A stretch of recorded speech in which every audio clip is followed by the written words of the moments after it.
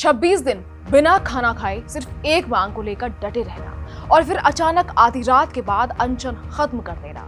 इसके बाद सबसे बड़ा सवाल यही उठा कि आखिर ऐसा क्या हुआ? क्या सरकार से कोई डील हुई? क्या आंदोलन कमजोर पड़ गया या फिर इसके पीछे कोई और वजह थी? अब इन तमाम सवालों का जवाब खुद सामाजिक कार्यकर्ता सोनम वांगचुक ने दिया है। उन्होंने साफ कहा है कि उन्होंने कोई समझौता नहीं किया, बल्कि छात्रों की सुरक्षा के लिए यह फैसला लिया गया। उनका कहना है कि अगर सरकार लिखित भरोसा नहीं देती तो वो किसी भी कीमत पर अपना अनशन खत्म नहीं करते। नमस्कार, मैं खुशी चौधरी और आप देख रहे हैं एबीपी लाइव। दरअसल जंतर मंतर पर चल रहे आंदोलन के दौरान सोनम वांगचुक पिछले 26 दिनों से आमरण अनशन पर थे। इस बीच उनका स्वास्थ्य लगातार बिगड़ता गया और उन्हें सफदरजंग अस्पताल में भर्ती कराना पड़ा, लेकिन अस्पताल पहुंचने के बाद भी उन्होंने अनशन नहीं तोड़ा। उनका कहना था कि जब तक सरकार लिखित में भरोसा नहीं देगी कि शांतिपूर्ण प्रदर्शन करने वाले छात्रों के खिलाफ कोई कानूनी कार्रवाई नहीं होगी, तब तक वो पीछे नहीं हटेंगे। सोनम वांगचुक ने बताया कि आधी रात के करीब उन्हें सूचना मिली कि केंद्र सरकार लिखित आश्वासन देने के लिए तैयार हो गई है। उन्होंने कहा कि उन्हें जल्दी फैसला लेना पड़ा क्योंकि उन्हें डर था कि दिल्ली में किसी भी वक्त पुलिस बड़ा एक्शन ले सकती है। वो लगातार हालात पर नजर रखे हुए थे और उन्हें 24 सितंबर 2025 की वो घटना याद आ गई जब लद्दाख में युवाओं पर पुलिस और सीआरपीएफ की कार्रवाई हुई थी। उन्हें डर था कि कहीं दिल्ली में भी वैसा ही माहौल न बन जाए। इसी वजह से उन्होंने सोचा कि अगर वो अनशन खत्म कर शांति की अपील करेंगे तो छात्रों को किसी बड़े नुकसान से बचाया जा सकता है। लेकिन जैसे ही अनशन खत्म हुआ, सोशल मीडिया पर तरह तरह की बातें शुरू हो गई। कुछ लोगों ने आरोप लगाया कि सरकार और सोनम वांगचुक के बीच कोई डील हुई है।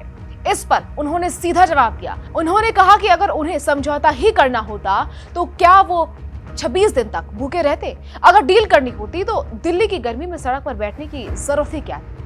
वो किसी एयर कंडीशन कमरे में बैठकर भी ऐसा कर सकते थे। इतना ही नहीं, उन्होंने अस्पताल में अपने साथ हुए व्यवहार पर भी सवाल उठाए।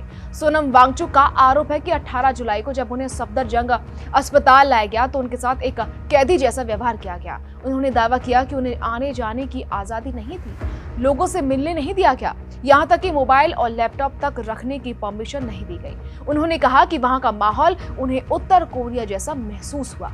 उनका यह भी आरोप है कि दिल्ली हाई कोर्ट से वेदांत अस्पताल जाने की परमिशन मिलने के बाद भी उन्हें कई घंटों तक बाहर नहीं निकलने दिया गया। इसी दौरान एक और अहम घटनाक्रम हुआ। वेदांत अस्पताल में केंद्रीय मंत्री जेपी नड्डा और जितेंद्र सिंह उनसे मिलने पहुंचे। वांगचुक के मुताबिक बातचीत के दौरान दोनों नेताओं ने कथित नीट पेपर लीक के बाद आत्महत्या करने वाले छात्रों के परिवारों को मुआवजा देने के प्रस्ताव पर सकारात्मक रुख दिखाया। साथ ही संसद में परीक्षा सुधार और पूरी परीक्षा व्यवस्था पर विस्तार से चर्चा कराने की बात भी कही गई। लेकिन सबसे अहम शर्त अभी भी वही थी, छात्रों की सुरक्षा। सोनम वांगचुक ने साफ कहा कि जब तक सरकार लिखित में ये नहीं देगी कि शांतिपूर्ण प्रदर्शन करने वाले छात्रों पर कोई एफआईआर या दूसरी कानूनी कार्रवाई नहीं होगी, तब तक वो अनशन खत्म नहीं करेंगे।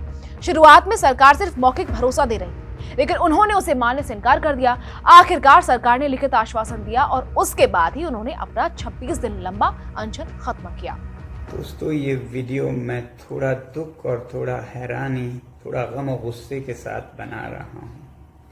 अपने भाइयों और बहनों के छात्रों के लिए 26 दिन भूखा रहने के बाद, जिसमें कि मेरे 11 किलो शरीर खत्म हो चुका है, मसल्स चले गए हैं, ऑर्गन और दिमाग पर इरिवर्सिबल डैमेज लगभग होने के कागार पर पहुंचा है, और वो भी लद्दाख की कड़कती ठंड से दिल्ली की तपती धूप में बैठकर ये सब करने के बाद क्या मुझे किसी से कैरेक्टर सर्टिफिकेट लेनी होगी कि मेरा अनशन कितना पवित्र था?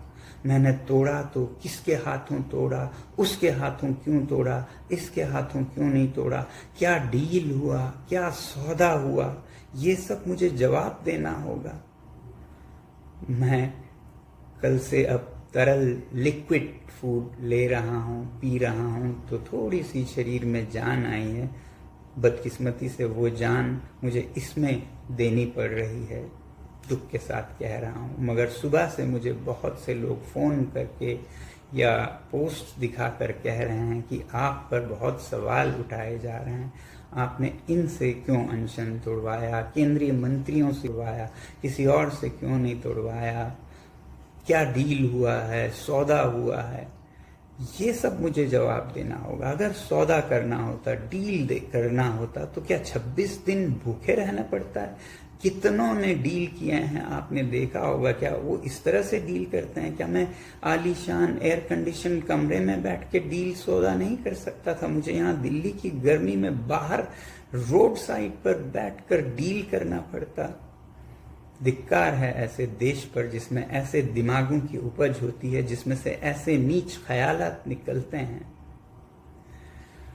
मैं दोष नहीं देता हूं आप में से ज्यादातर पर।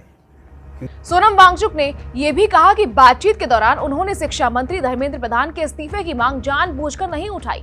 उनका कहना था कि उस वक्त उनकी सबसे बड़ी चिंता छात्रों को बचाना थी। हालांकि उन्होंने भरोसा जताया कि आंदोलन आगे भी धर्मेंद्र प्रधान के इस्तीफे की मांग उठाता रहेगा। उन्होंने ये भी बताया कि उनकी इच्छा थी कि जब तक वो अनशन खत्म करें तब सांसद कॉकरोच जनता पार्टी के प्रतिनिधि और लद्दाख से आए उनके साथ ही वहां मौजूद रहे। लेकिन उनका आरोप है कि केंद्रीय मंत्रियों के पहुंचने से पहले उनके कई साथियों और समर्थन देने आए सांसदों को उनसे मिलने की परमिशन नहीं दी गई। उन्होंने कहा कि यही बात उन्हें सबसे ज्यादा दुख देती है।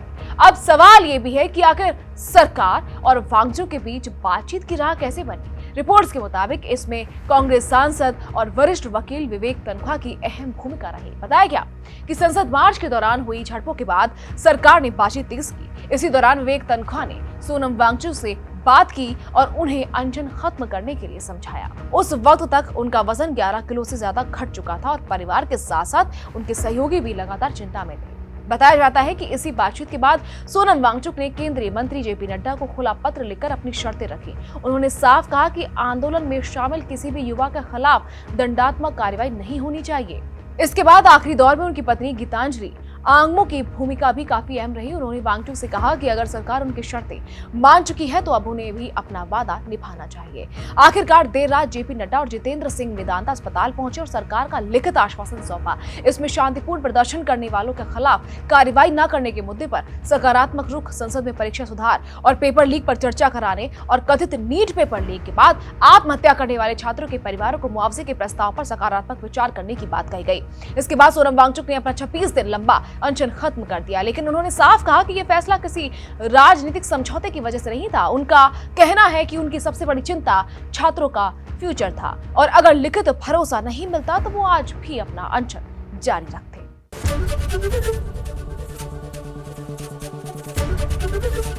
एबीपी गंगा, खबर आपकी, जुबान आपकी।